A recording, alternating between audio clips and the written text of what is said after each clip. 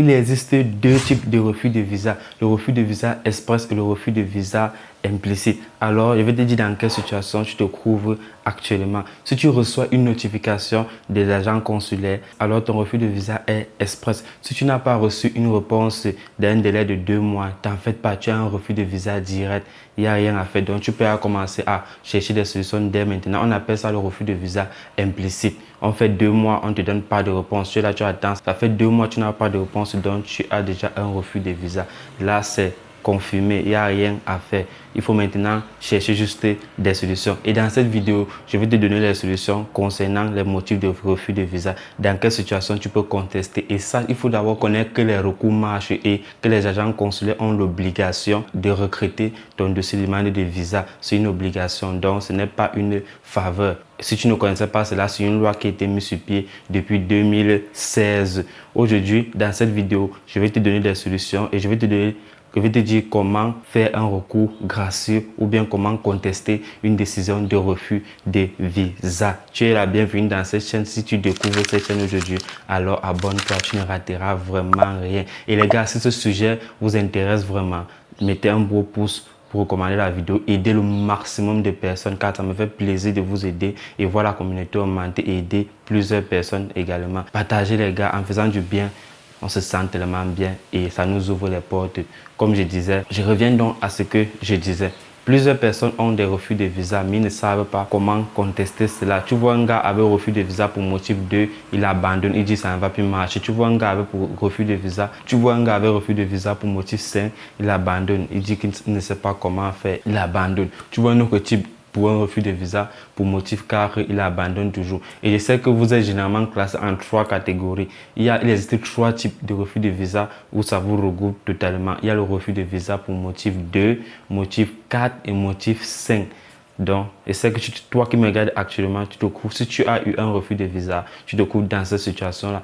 Et si tu as eu un refus de visa implicite et là tu es toujours dans cette situation-là et cette vidéo-là est là pour t'aider, te guider, te réduire le maximum de stress possible. Comme je dis toujours, oui, c'est relax dans cette chaîne. Je suis là pour vous aider. C'est une chance si tu découvres cette chaîne car c'est comme ça dans toutes mes vidéos. Je t'aide beaucoup, je te renseigne, je t'aide à diminuer le stress. Ok les gars, alors maintenant, il existe 2 voies de recours que plusieurs personnes ignorent. Mais ce n'est pas grave. Après cette vidéo, tu sauras déjà. Il faut savoir quand tu as un refus de visa, qu'est-ce que tu dois faire? Dans un délai de 30 jours, qu'est-ce que tu dois faire? C'est la question que tu dois te poser d'abord. Ne te décourage même pas. Parce que si tu te décourages, franchement, à la première tentative, tu te décourages, tu ne redéposes pas. Mieux celui qui essaye, ça ne donne pas que celui qui n'a même pas essayé. Donc, je dis toujours ça. Vaut mieux corriger ton dossier, tu déposes. Et il y a des gens qui ont déposé, ça a marché. Les recours marchent bien et évidemment, il ne faut pas confondre les choses. Après cette vidéo, fais un recours, ça risque de marcher. Si tu as vite corrigé l'erreur, c'est un peu comme un malade. Il est malade, il n'arrive pas à identifier sa maladie. Comment il va trouver un médicament pour se soigner? Imagine une personne qui a mal à la tête et il se met à prendre un remède qui soigne plutôt les maux de pied. Il ne va pas guérir. C'est un peu comme on ne juge pas un poisson par sa capacité à grimper sur l'arbre. On juge un poisson par sa capacité à nager. Si on le laisse sur l'arbre, il va penser tout le temps qu'il est stupide. Donc, corrige ton erreur, tu redéposes ta demande de visa, tu vas avoir le visa. Car les agents consulaires ne sont pas là pour te nuire. Si tu as donné un refus de visa, c'est parce qu'ils ont vu une zone d'ombre dans ton dossier de demande de visa. Donc, il faut corriger cela. Parce qu'ils savent beaucoup quoi. Leur poursuivre en justice, c'est beaucoup de dépenses pour eux, en temps, en énergie et en argent également. Il existe 2 voies pour contester un refus de visa. On prend la première voie. On t'a donné un refus de visa express ou implicite, comme j'ai expliqué en début de vidéo. Alors, tu peux redéposer une fois au consulat. Une fois quand tu redéposes au consulat, si la réponse n'est pas toujours favorable, là c'est la première voie. Si la réponse n'est pas toujours favorable, tu vois que ton dossier est totalement clair, alors tu peux t'adresser directement à la commission de recours des décisions de refus de visa. RRV. Tu t'adresses là-bas pour contester ton refus de visa.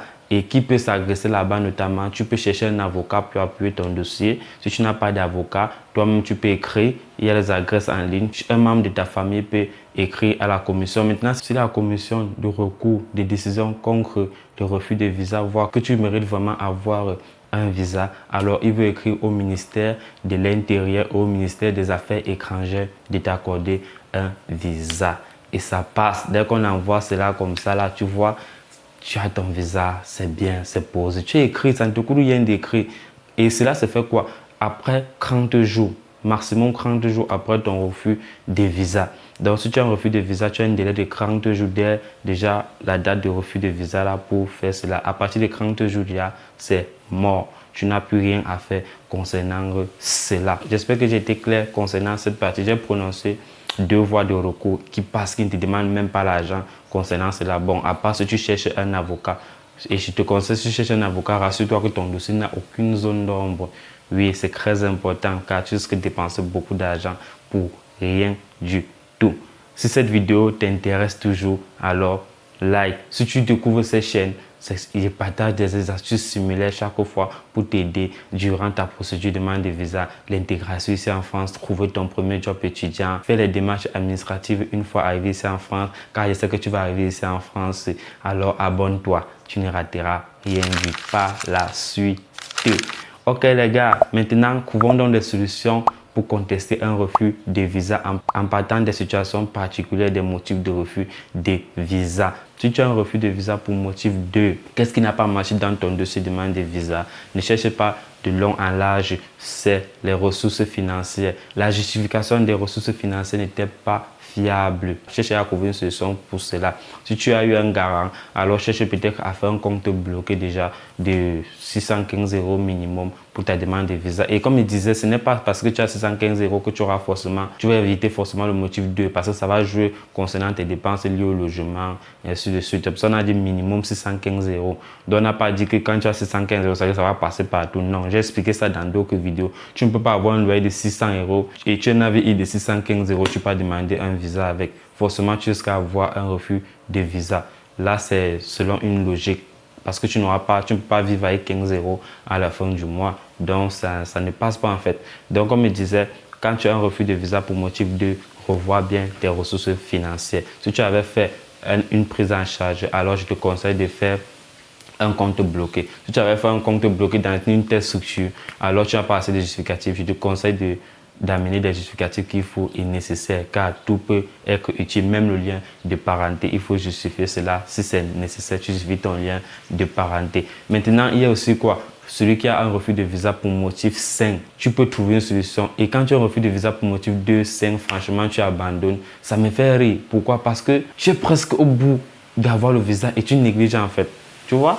Or, si tu recours, tu risques d'avoir, tu as beaucoup de chances d'avoir un visa, peut-être à plus de 60%. Je t'assure, il faut juste identifier l'erreur, ce qui ne va pas et tu corriges, tu as ton visa posément. Et comme je disais, c'est lié à l'hébergement. Est-ce que tu respectes les 9 mètres carrés par personne qu'on demande? Est-ce que la personne qui t'héberge respecte les 9 mètres carrés? Est-ce que la distance entre ton logement et l'école est favorable? Est-ce que ça te permet de te rendre à l'école chaque jour, chaque matin et rentrer en toute tranquillité? Parce qu'il y a des personnes qui font la demande de visa, ils sont à 250 km de l'école, ils font 6 heures de voyage, c'est impossible de voyager chaque jour déjà. Là, c'est vrai, il n'y a rien à faire concernant cela. Tu as beaucoup plus de chances d'avoir un refus de visa et redéposer, avoir encore un nouveau refus de visa. Donc, regarde d'abord si le transport est fréquent dans ta zone. Tu peux être à 30 km, mais tu es d'une ville à une autre et peut-être qu'il n'y a pas un moyen de transport chaque matin qui passe fréquemment pour t'amener à l'école. Vérifie cela sur Internet et tu redéposes tout. Ça va passer. Si tu as un contrat de bail, alors vérifie bien la distance école, logement. C'est très important. Vérifie tout ça, ça va passer. Maintenant les gars, prenons pour celui qui a un fameux motif, le motif de refus de visa pour 4. Quelle est la solution pour contester un refus de visa pour motif 4? Déjà, quand tu as un refus de visa pour motif 4, sache que ton dossier est beaucoup. Ça fait réfléchir, ça fait cogner le cerveau en fait. Et généralement, c'est toi-même qui peux connaître ton problème concernant le motif 4, comme je suis en train de dire là. Le motif 4, en fait, vous venez en France pour d'autres raisons que les études. Qu'est-ce qui peut causer le motif 4 de refus de visa? Il y a ceux qui ont le refus de visa pour motif 4 et 5. Sauf que parfois le motif 5 entraîne le motif 4 et parfois le motif 2 entraîne le motif 4. Donc il ne faut pas penser que quand les deux sont liés, essayez de corriger d'abord le motif 5 ou bien le motif 2 avant de revenir au motif 4. C'est très important ce que je suis en train de dire. Certaines personnes pensent que comme c'est le 4, forcément il a raté l'entretien. Ce n'est pas ça. Ce n'est pas forcément ça. Tu peux avoir reçu ton entretien et tu as un refus de visa pour motif 2 et pour motif 5. On n'a pas juste dit que le motif 4, c'est quand tu as un avis défavorable. Ce n'est pas totalement ça. Parce qu'on a dit quoi? Tu viens en France pour d'autres raisons que les études. Imagine quelqu'un qui est peut-être à, je ne sais pas, il est tellement, il ne peut pas aller à l'école chaque jour, chaque matin. Quelque chose l'empêche de se rendre à l'école chaque jour, chaque matin. Alors, il ne vient pas en France pour les études. Or, il a peut-être reçu son entretien. Donc, il faut identifier déjà le problème concernant cela. Et j'espère que cette vidéo t'aide vraiment et ça t'aide à identifier les problèmes. Ça veut dire quoi? Si tu as raté ton entretien, alors cherche à faire une lettre de motivation et élabore bien ton projet professionnel, ton projet études, ce que tu comptes faire une fois quand tu vas finir tes études, combien d'années tu vas travailler et rentrer dans ton pays, développer ton pays, ou bien lancer un business dans ton pays, c'est très important. Fais des lettres explicatives pour justifier beaucoup de choses concernant cela. C'est très important ce que je suis en train de te dire. J'espère que cette vidéo t'a vraiment aidé. Et si cette vidéo t'a vraiment aidé, alors envoie-moi l'information par un j'aime et tu dis peut-être en commentaire juste le code ici. Ok Ismaël, je verrai que ouais, cette vidéo t'a réellement aidé. Et si tu découvres cette chaîne, abonne-toi, tu ne rateras rien du tout. Et j'ai remarqué que plusieurs personnes regardent mes vidéos et ne s'abonnent pas. Peut-être que c'est 5% qui s'abonnent après chaque vidéo regardée. Et les gars, c'est tellement bas. Ça décourage parfois à faire des vidéos, mais on est là pour vous aider. Abonnez-vous. Ça va encore m'encourager à produire du très bon contenu pour vous. Ok, pour contester ta demande de visa, je te conseille d'aller visiter ma playlist ici, voir ce qui ne va pas durant ta procédure de demande de visa. Et si tu veux savoir comment les agents consulaires analysent ton dossier de demande de visa, alors regarde cette vidéo là, ça va beaucoup t'aider à mieux te préparer pour la suite. Ciao.